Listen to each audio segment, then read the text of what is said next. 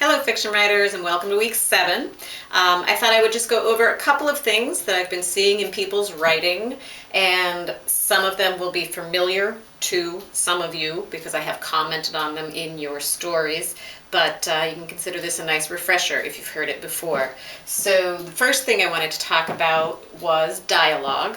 And you've all done a great job of incorporating dialogue into your stories, and I'm loving reading the stories, by the way, so keep those coming, they're great. And I did go over before the fact that you should start a new line with each new speaker in your dialogue. So let's just look at this quick thing. I just wrote this. It's just an example. It's not meant to be lovely writing. Who's next? Mr. Murphy asked. The class went silent and everyone stared at the floor. If no one volunteers, I'll just pick a name, he said. Finally, Heather raised her hand. I'll go, she said. Mr. Murphy smiled. Thank you, Heather, he said. Heather smiled back. You're welcome, she replied. Grammatically, this is correct, and you can see I have started a new line each time there is a new speaker, but there's something I can change here, and that is that it starts to sound a little sing-songy with the he said, he said, she replied, and I can change that up very easily by making sure that any actions I've incorporated go on the same line as the dialogue with which they are associated. So, right here, who's next? Mr. Murphy, blah, blah, blah, blah, blah, blah. And here he's still speaking, so I don't need to start a new line, it's still the same speaker. If no one volunteers, I'll just pick a name.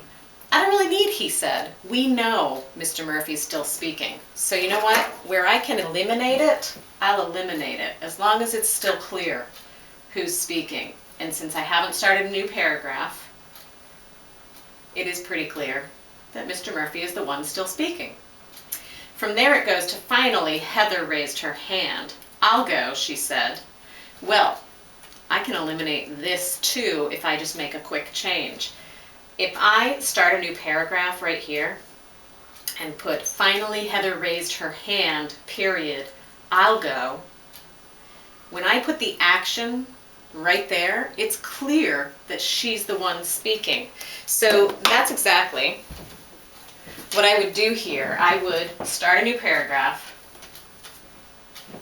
Yeah, I'll just go ahead and do this. Finally,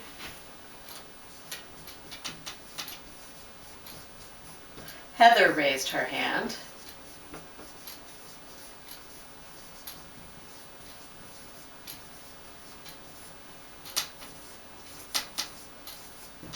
I'll go, and you know what? I could keep she said, but I don't have to. And I'm going to do the same thing. It's Mr. Murphy smiled. It's his action. It can go with his dialogue. So we will move him down to the next line. Mr. Murphy smiled. Thank you. Whoops.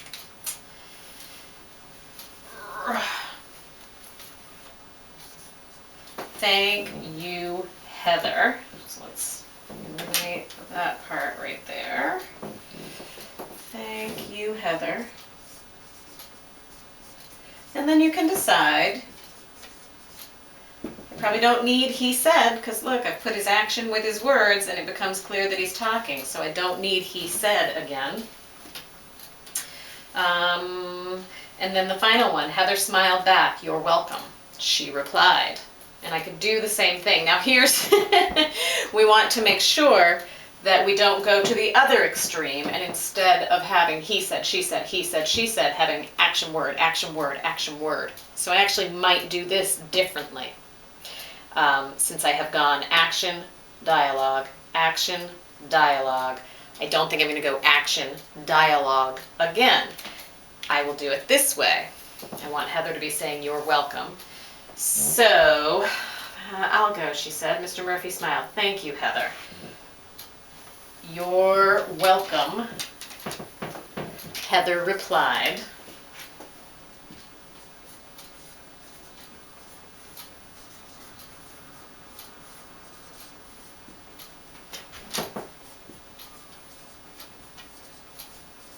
And I could just put smiling back.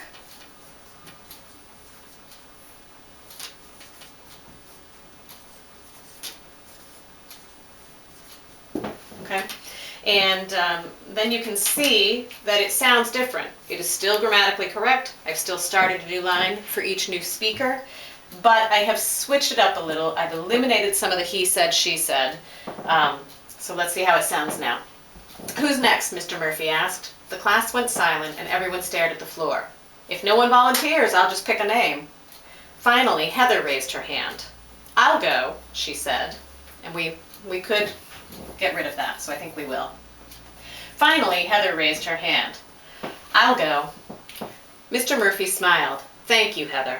You're welcome, Heather replied, smiling back. And you can see how switching that stuff around allows you to eliminate some of the saids. Those are called attributives, by the way, because they are attributing the word to someone. So, limit your attributives where you can. If you notice that things are starting to sound sing-songy, he said, she said, he replied, she replied, they retorted, he chuckled. See if you can get rid of some of those. Add in some actions to link the person to their words so that you know who's talking. If there are only two people in the conversation, a reader can follow that for a length of time with nothing, just dialogue. And it will still be clear because it should be every other. Whenever you start a new paragraph, it should be the other person speaking. So that's a possibility to eliminate some attributives also.